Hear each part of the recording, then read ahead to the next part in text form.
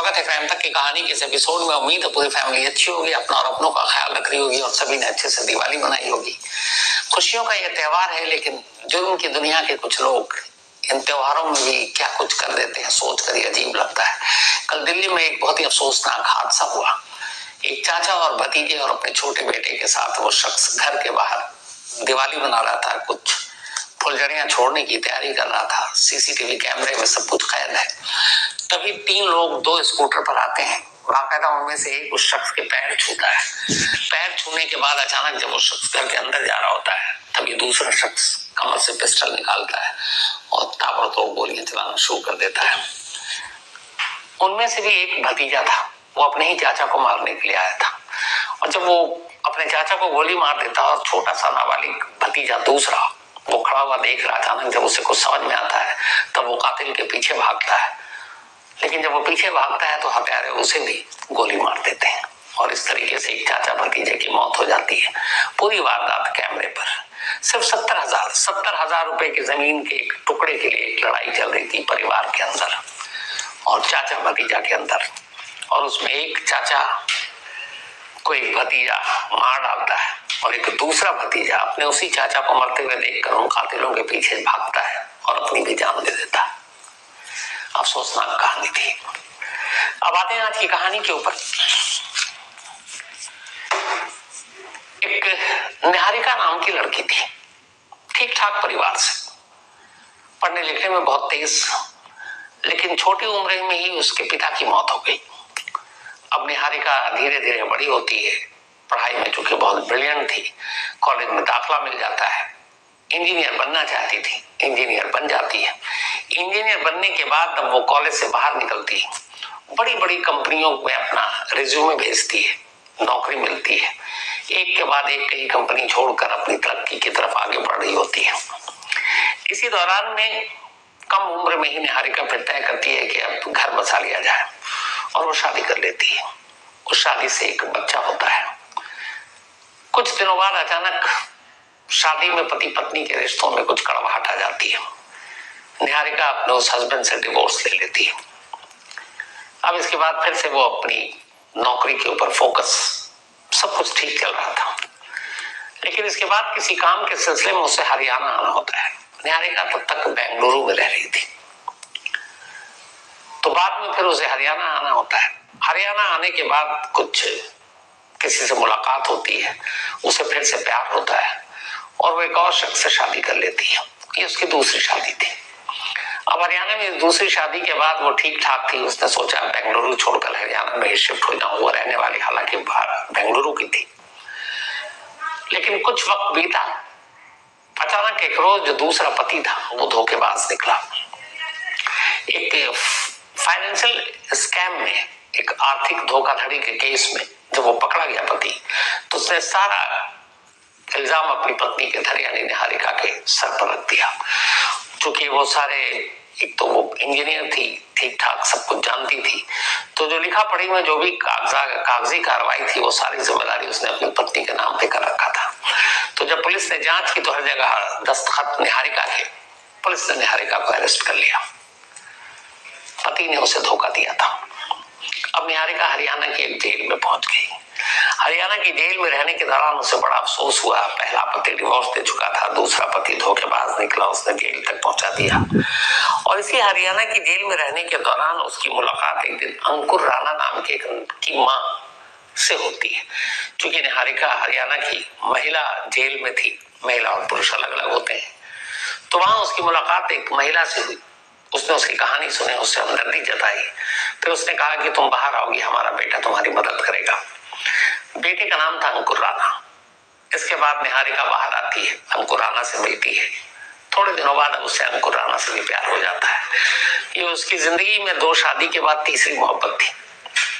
लेकिन अब उसने कई जख्म खा लिए थे, बहुत कदम फूक फूक कर रख रही थी। उसे लगा हरियाणा में रहना ठीक नहीं है, वापस वो अपने शहर बेंगलुरु लौट जाती है। बेंगलुरु जाने के बाद वो फिर से एक कंपनी में नौकरी करना शुरू कर देती है। इत्तेफाक से इस बार उसी कंपनी में नौकरी करने के दौरान उसकी मुलाकात एक बिजनेसमैन से होती है। उस बिजनेसमैन का नाम था रमेश। उम्र 54 साल, निहारिका करीब 30 की। 24-25 साल की उम्र में दोनों में फर्क। लेकिन रमेश निहारिका का बहुत ख्याल रखता था, दोनों दोस्त थे, बातचीत होती, पर रमेश भी शादीशुदा था। धीरे धीरे वक्त बीता। अब जब निहारिका ने देखा कि रमेश उसके ऊपर काफी पैसे खर्च कर रहा है, फिर उसे पता चला कि फाइनेंशियली वो बहुत साउंड है, बहुत पैसे वाला है, तब निहारिका ने कहा कि अब वो गलती नहीं करेगी, किसी अमीर शख्स से शादी करके वो अपनी जिंदगी ठीक ठाक बिताएगी। इसी के बाद रमेश की दौलत को सामने रखते हुए उसने उसकी उम्र को किनारे किया और रमेश से शादी कर ली। रमेश पहले ही तैयार था। अब निहारिका की यह तीसरी शादी थी और निहारिका रमेश की दूसरी बीवी थी। शादी के बाद सब कुछ ठीक चल रहा था, लेकिन निहारिका ने सिर्फ दौलत के लिए शादी की थी। उसे ये दौलत चाहिए थी। धीरे धीरे उसे एहसास हुआ कि ये दौलत शायद सारे उसके हिस्से में ना आए, क्योंकि पहली बीवी का भी हक है। तब निहारिका ने एक रोज रमेश से कहा कि तुम मुझे अपनी जो भी प्रॉपर्टी उसमें से एक दे दो। एक प्रॉपर्टी उसने पसंद की रमेश की, उसकी कीमत थी 8 करोड़ रुपए। रमेश ने कहा कि ये सब कुछ तुम लोगों का है। क्यों? लेकिन निहारिका को ये मालूम था सेकंड वाइफ होने के नाते शायद उसको ये मिले नहीं है। कल को रमेश को कुछ हो गया तो फिर बिल्कुल भी नहीं मिलेगा। अब उसे लगा कि इससे पहले कि वसीयत हो जाए या कुछ और हो जाए, रमेश को ही रास्ते से हटा देते हैं, तो कम से कम वो 8 करोड़ की प्रॉपर्टी जो है वो उसके हिस्से में आ जाएगी। अब आइडिया तो आ गया, करें कैसे? तब उसने पूरी प्लानिंग की और इसी प्लानिंग में फिर उसे याद आया हरियाणा का अपना वो दोस्त पुराना अंकुर, जिसकी माँ के साथ वो जेल में थी। उसने अंकुर को फोन किया, उसने कहा कि देखो ऐसे ऐसे काम है, अपने पति को ही रास्ते से हटा देती हूँ, 8 करोड़ आएंगे, फिर हम दोनों कहीं दूर अपनी जिंदगी भी बिताएंगे। यानी अब निहारिका चौथी शादी की तैयारी कर रही थी अंकुर के साथ। पता नहीं करनी थी कि नहीं, लेकिन इस बात में अंकुर आ गया। उसने कहा बताओ क्या करना है? उसने कहा कत्ल करना है। अंकुर हरियाणा में था। निहारिका ने उसे फोन करके कहा कि तुम 1 अक्टूबर को बेंगलुरु आ जाओ। 1 अक्टूबर को अंकुर बेंगलुरु पहुंच जाता है। उसके बाद वो उसे एक जगह ठहराती है और फिर 2 दिन बीत जाते हैं। अब तारीख आ जाती है 3 अक्टूबर, 3 अक्टूबर। वो एक दिन रमेश से निहारिका कहती है कि चलो घूमने चलते हैं, मैं तुम बहुत जमाना हो गया लॉन्ग ड्राइव पे कहीं गए हुए, और कार से चलते हैं। रमेश तैयार हो गया। इसके बाद ये लोग निकलते हैं। रास्ते में बहुत दूर पर एक ढाबा है या किसी आप छोटे मोटे होटल को समझिए, गाड़ी रुकती है। प्लान के हिसाब से वहां अंकुर पहले से मौजूद था। वहां अंकुर मिलता है, फिर निहारिका उसका परिचय कराती है कि हरियाणा में हमारा जानने वाला है। रमेश को अंकुर और उसके रिश्तों के बारे में कोई जानकारी नहीं थी। रमेश को कोई ऑब्जेक्शन नहीं होता। निहारिका कहती है कि इसे हम अपने साथ ले चलते हैं, इसे भी वहां हैदराबाद के पास कहीं ड्रॉप कर देंगे। रमेश कहता ठीक है। इसके बाद अब वो तीनों गाड़ी में बैठ जाते हैं। इसी दौरान में जूस में कुछ बेहोशी की दवा मिलाकर रमेश को निहारिका पिला देती है। रमेश बेहोश हो जाता है। अंकुर और निहारिका फिर मिलकर रमेश का गला घोटते हैं कार के अंदर ही। अब कार के अंदर गला तो घोट दिया, इसके बाद अब लाश कहाँ ठिकाने लगा है, तो दोनों लाश को डिक्की में रखते हैं और कहते हैं कि बहुत दूर ऐसी जगह ले जाकर फेंके कि किसी को पता ना चले।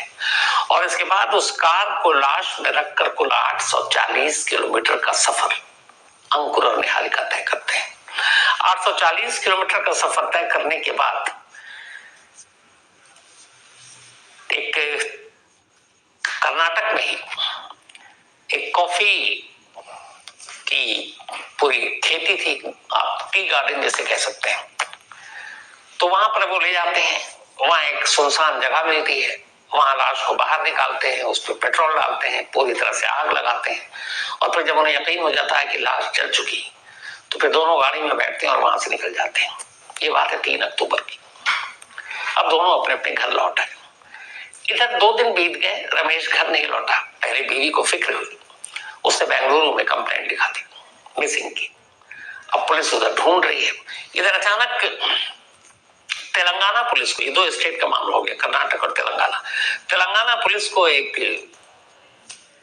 बुरी तरह से जली हुई ये जो एक coffee state Kodagu, coffee state Kodagu में एक कॉफी स्टेट की जगह है।